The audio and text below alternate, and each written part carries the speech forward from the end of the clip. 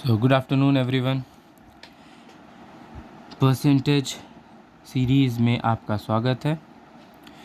हम लोग डे 7 में पढ़े थे about the concept of percentage. ठीक है, परसेंटेज निकालना कैसे जाता है, परसेंटेज से फ्रैक्शन में करना, फ्रैक्शन से परसेंटेज में करना, ये सब सारा चीज़ हम लोग पढ़ चुके थे।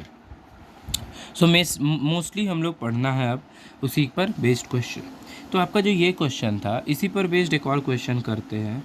बताइएगा आप लोग, 17 1/2% ऑफ 3 1/4% ऑफ 33 1/3% ऑफ 7200। सोचिए इसका कितना हो गया आंसर। एक बार ट्राई कीजिए। तो देखिए इसको हम लोग क्या लिख सकते हैं, 35/200, इसको हम लोग 13/4, इसको हम लोग 33 1/3, याद है किसका परसेंट होता था, 1/3 का, याद है 33.33, और ये हो गया हमारा 7200। तो ये ज़ीरो से ये ज़ीरो कट गया, ये 2 से ये आपका कट जाएगा 36 टाइम, 4 के टेबल में ये 9 टाइम्स, 3 के टेबल में। यहाँ पर देखिए ये भी परसेंटेज में था ना, तो आपका ये 100 हो जाएगा। ठीक है, ये बचा रहेगा, ये 3 टाइम्स कट गया, इसको मल्टीप्लाई कीजिएगा तो 1365 आएगा, 35 इंटू 13 इंटू 3, और नीचे में कितना था, 100 बचा हुआ था, तो ये आपका 13.65 आंसर आ जाएगा। फिर से इसको ध्यान से समझिए, 13 1/2 को हम 35/200 लिख सकते हैं, 3 1/4 को हम लोग 13/400 लिख सकते हैं, इसका 1/3 पता था, ये 7200 था, काट दिए, इतना आ गया आंसर। चलिए नेक्स्ट क्वेश्चन। नेक्स्ट क्वेश्चन है, that is what is 20% of 40% of 30% of 75% of 3400। तो देखिए 20% मतलब क्या, 20/100 1/5, 40% मतलब क्या 2/5, तो फिर यहाँ 30%, 75% एंड यहाँ 3400। तो ये ज़ीरो से तो ये कट गया, ये ज़ीरो से ये कट गया, ये 75 3 बार में, ये 4 बार में, 4 से 4 चला गया, ये आ गया 1/5, और कुछ बचा नहीं। तो ये आपका बच गया ऊपर में 3 3 34, और नीचे बच गया आपका 5। इन तीनों को मल्टीप्लाई कीजिए, तो आप मल्टीप्लाई कीजिएगा तो आएगा 3 इंटू 3 9, एंड 9 इंटू 34 कीजिएगा तो आपका आ जाएगा 306। इसको 5 से डिवाइड कर दीजिए, आपका आंसर आ जाएगा 61.5। यही आपका आंसर हो जाएगा। ओके, अब हम लोग नेक्स्ट स्टार्ट करेंगे, that is multiplying factor. Multiplying factor क्या होता है, जो नेक्स्ट टॉपिक हम लोग पढ़ेंगे अभी वो होगा मल्टीप्लाइंग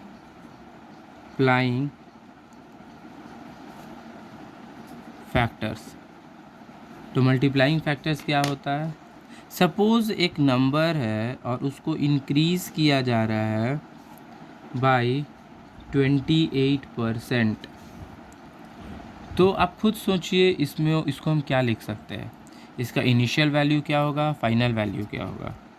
तो कोई भी नंबर हो उसका इनिशियल वैल्यू हमेशा क्या रहेगा, खुद सोचिए। कोई भी नंबर हो उसका इनिशियल वैल्यू होता है 100%, और जब उसको 28% इंक्रीज़ कर दिया जा रहा है तो उसका फाइनल वैल्यू क्या हो जाएगा, 128%। तो ओरिजिनल वैल्यू 100%, ये हो गया 128%। तो इसका जब रेशियो निकालिएगा तो आएगा 25/32। ठीक है, एक ये मेथड हो गया। एक और क्या हो सकता है, 28% जब ये इंक्रीज़ हो रहा है तो मतलब इसको हम 28 बाई क्या लिखेंगे, 100। तो ये 4 के टेबल में 7 टाइम्स, ये 4 के टेबल में 5 टाइम्स। तो आपका ये जो डिनोमिनेटर होता है ना, ये ओरिजिनल वैल्यू होता है, ओरिजिनल या इनिशियल वैल्यू होता है। और ये जो ऊपर होता है ये होता है चेंज इन वैल्यू।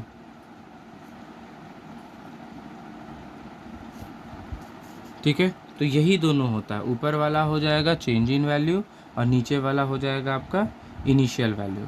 तो दोनों इसी के अंदर में आएगा। तो देखिए सिर्फ इंक्रीज़ था तो खुद देखिए इनिशियल वैल्यू की जगह पे ये है, और दोनों को ऐड कीजिए क्योंकि इंक्रीज़ है तो ऐड होकर देखिए ये 32 हो गया। ठीक है, तो आपका आ जाएगा, मतलब कि 25 का 28% आपका क्या होगा, 7। 25 का अगर हम देखेंगे तो 28% क्या होगा, 7 हो जाएगा, यही होगा।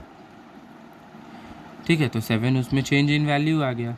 अगर मान लीजिए कोई नंबर डिक्रीज़ बाई हो, तो डिक्रीज़ बाई 45% हो, तो तब उसका इनिशियल वैल्यू और फाइनल वैल्यू निकालिए। तो देखिए डिक्रीज़ है 45/100 कीजिए, कितना आ जाएगा, ये 9 और ये आ जाएगा 20। तो आपका इनिशियल वैल्यू आ गया 20। तो अगर देखेंगे तो इनिशियल वैल्यू और इधर फाइनल वैल्यू अगर लिखे तो इनिशियल वैल्यू ये डिनोमिनेटर हो जाएगा, एंड 20 सिंस ये चेंज इन वैल्यू है, डिक्रीज़ हो रहा है, तो ये इससे क्या हो जाएगा, माइनस, दैट इज़ ये कितना आ जाएगा, 11।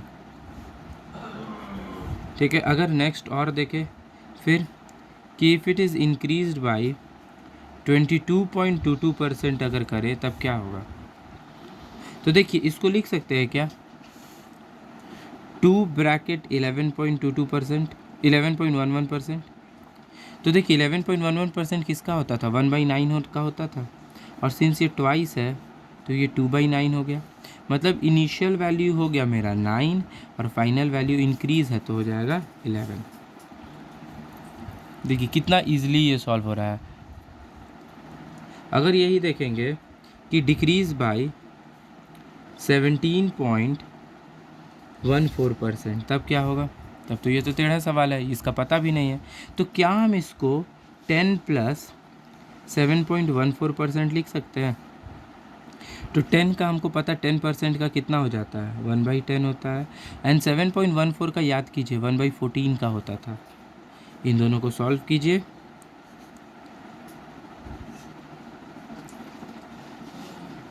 ट्वेल्व बाई 70 हो जाएगा। तो आपका इनिशियल वैल्यू 70 हो जाएगा, सिंस डिक्रीज़ है तो दोनों को माइनस कर दीजिए। ठीक है, और इसको सिंप्लीफाई कर सकते हैं, तो इसको अगर ऐसे माइनस कीजिएगा तो आपको कितना आएगा, माइनस कर दीजिए 58, और इसको रेशियो में कन्वर्ट करने के लिए कट कर दीजिए, तो ये 35 आ जाएगा एंड ये 29 आ जाएगा। तो 35:29 आ जाएगा। ठीक है, तो आज यहीं तक रखते हैं और फिर हम लोग आगे नेक्स्ट पढ़ेंगे। सो प्लीज़ अभी तक जितना हुआ है उसको अच्छे से रिवाइज़ कीजिएगा। ठीक है, सो अगर आपको ये वीडियो अच्छा लगता है तो प्लीज़ चैनल को लाइक कीजिए, सब्सक्राइब कीजिए एंड शेयर कीजिए। Thank you.